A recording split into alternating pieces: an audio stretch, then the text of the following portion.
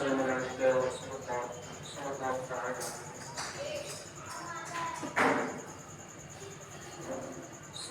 عليك يا رسول الله وسلم عليك يا حبيب الله مقبول دعا کرنا منظور ثنا کرنا مقبول دعا کرنا منظور ثنا کرنا مدحت کا صلہ دینا مقبول ثنا کرنا مدحت کا صلہ دینا مقبول ثنا کرنا سینے پہ قدم رکھنا دل شاد میرا کرنا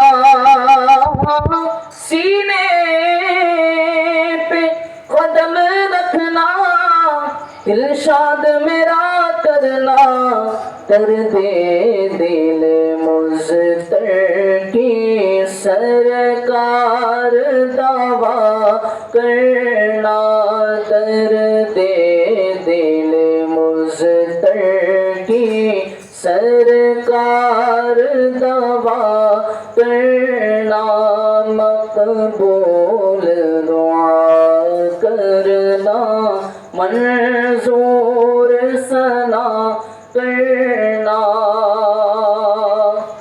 ہم اپنی خطاؤں پر نادم بھی نہیں ہوتے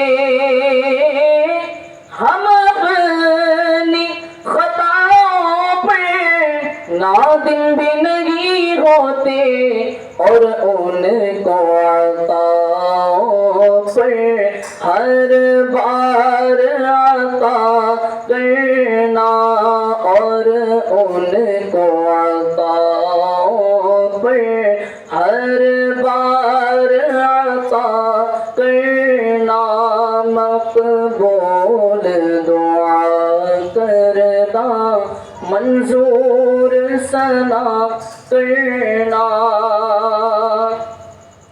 دنیا بنے یا بگڑے دنیا رگیا جائے دنیا بنے یا بگڑے دنیا رگیا جائے تو دین بنا پیارے دنیا کا کیا کرنا تو دین بنا پیارے دنیا کا ہے کیا کرنا کھایا پیا اور پڑھنا اچھوں سے رہا اچھا کھایا پیا اور پڑھنا اچھوں سے رہا اچھا کچھ دین کبھی کر لے دنیا کا دے کیا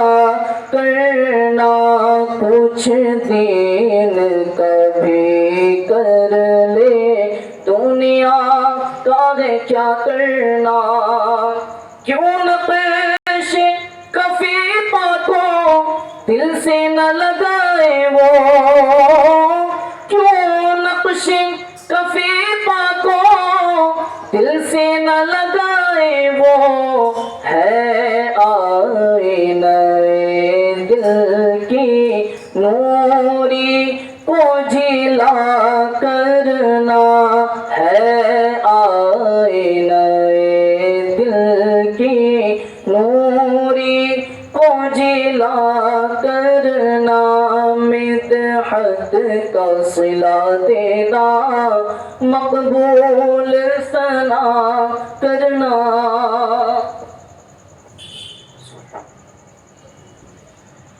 یہ چوتھی دینی درس کی نشست ہے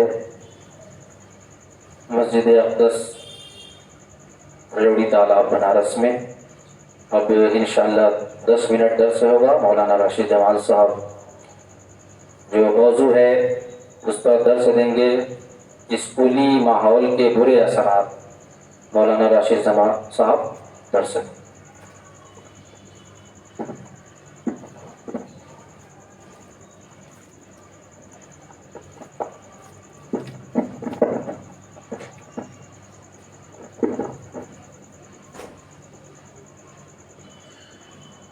السلام علیکم ورحمۃ اللہ وبرکاتہ۔ نحمده ونصلي على رسوله الكريم، اما بعد، اعوذ باللہ من الشیطان الرجیم، بسم اللہ الرحمن الرحیم۔ یا ایھا الذین آمنوا اتقوا اللہ وکونوا مع الصادقین۔ آمنت باللہ صدق اللہ العظیم۔ بارگاہ مصطفیٰ میں جی لگا کر ہدیہ درود و سلام پیش کریں۔ اللہم صل علی سیدنا و مولانا محمد طب القلوب ودوائها وعافیت الابدان وشفائها ونور الابصار وضیائها وآلہ وصحبہ دائما ابدا۔ حضرات گرامی، اللہ تبارک و تعالی نے قرآن عظیم میں فروغ کی صحبت سے بچنے کا بھی حکم دیا اور سچوں کا ساتھ کا بھی حکم دیا۔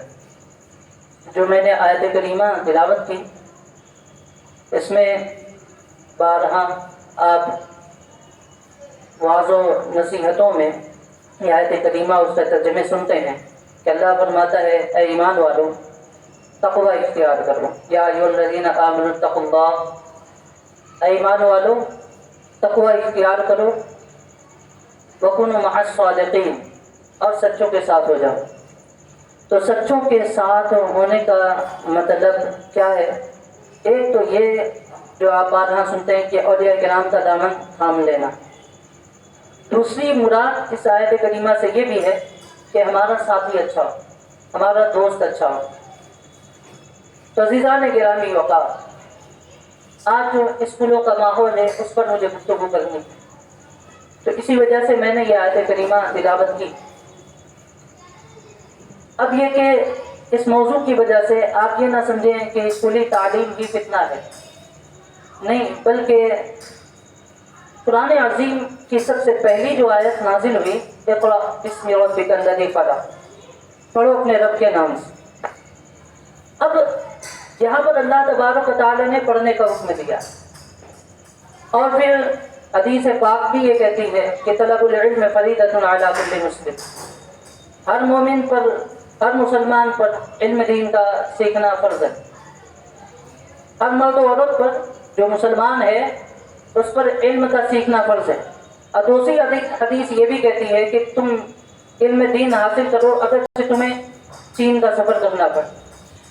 تو اب یہ کہ یہاں پر مطلب فرمایا ہے، کہیں پر یہ نہیں کہا کہ علم دین ہی سیکھو، قرآن عظیم میں بھی کہا گیا اقرأ بسم ربک الذی خلق، پڑھو اپنے رب کے نام سے۔ پڑھنے کا حکم دیا گیا، سیکھنے کا حکم دیا گیا، لیکن باضابطہ طور پہ اکثر جگہوں پر جو آپ احادیث اور قرآن پاک کے مفہوم کو آپ سنیں گے تو وہ یہ نہیں ملے گا کہ تم علم دین ہی سیکھو، علم دین ہی سیکھو۔ مطلق کہا گیا علم، تو العلم نور کہا گیا، علم روشنی ہے۔ علم کیا ہے؟ روشنی ہے۔ جب روشنی آتی ہے تو جہالت دور ہو جاتی ہے۔ تو جب آپ علم سیکھتے ہیں تو اب چاہے دنیاوی علوم ہو چاہے دینی علوم ہو، ہر ایک علم کا سیکھنا ضروری ہے۔ ہمارے جد اعلیٰ حضرت سیدنا آدم علیہ السلام، اللہ تبارک و تعالیٰ ان کے بارے میں کیا فرمایا کہ ہم نے سب کچھ ان کو سکھا دیا، اور یہ کہ مفسرین کرام نے یہ بھی فرمایا کہ ہمارے جد اعلیٰ حضرت آدم علیہ السلام کو 18,000 جو ہے بولیاں بھی آتی تھی زبانوں کی، تو کئی ہزار جو ہے زبانوں کا علم حضرت آدم علیہ السلام کے پاس۔ تو گویا کہ ہم ان کے وارث ہیں، ہم ان کے اولاد ہیں۔ تو ہم اگر انگلش سیکھیں، ہم اگر ہندی سیکھیں، ہم اگر سنسکرت سیکھیں، تو یہ تو ہم اپنے والد ماجد کے وراثت میں کا حصہ ہی تو بن رہے ہیں. تو اب یہ کہ ہندی سیکھنا، انگلش سیکھنا، میتھمیٹک ہو، فلسفہ ہو، منطق ہو، کوئی بھی جو ہے علم ہو، یہ سیکھنا کوئی برا عمل نہیں ہے. لیکن جب تعلیم جو ہے فتنہ بن جائے، تب یہ کہ ایسی تعلیم کے بارے میں ڈاکٹر اقبال نے کہا نا کہ اللہ سے کرے دور تو تعلیم بھی فتنہ، اللہ سے کرے دور تو تعلیم بھی فتنہ، اولاد بھی فتنہ، جاگیر بھی فتنہ، سب انہوں نے یہی کہا. تو اب یہ کہ اب دور حاضر میں ہم اگر اپنے بچوں کو اسکولی ماحول میں ڈال رہے ہیں، یعنی اسکولی تعلیم ان کو دلوا رہے ہیں، تو سب سے بڑی ضرورت ہماری یہ ہے کہ ان کے عقائد کو، ان کے نظریات کو مضبوط رکھیں. اب اس کے لیے کیا کرنا ہوگا؟ اس کے لیے ماحول کا ہونا بھی ضروری ہے. ویسا ماحول ہمارے گھروں میں ہو، یہ نہیں کہ ہمارے باپ دادا یا ہم لوگ فاتحہ دلا رہے ہیں بس اتنا کافی ہے. تو اگر ایسا ہی ہوتا، اتنا ہی کافی ہے، اور ایسا ہی ہوتا تو جو ہماری نسلیں ہیں جو دیوبندی وہابی ہو گئی، آخر وجہ کیا بنی اس کے پیچھے؟ اس کے پیچھے یہی کہ بس ہمارا نیاز فاتحہ دیکھا، وہ خود کہتے ہیں کہ ہمارے باپ دادا یہ سب فاتحہ کرتے تھے، ہم اس کو نہیں مانتے. تو آخر وجہ کیا بنی کہ صرف فاتحہ تک ہم لوگ محدود رہ گئے. محدود کہاں تک رہ گئے؟ صرف فاتحہ تک. تو اب یہ کہ حقیقت میں ہم نے اپنے علماء اہل سنت کے عقائد اور اپنے اہل سنت والجماعت کے عقائد و نظریات کو ان کے اندر پرویا نہیں، ان کو بتایا نہیں، گھر کے ماحول ویسے نہیں بنائے. تو اس کی وجہ یہ بنی.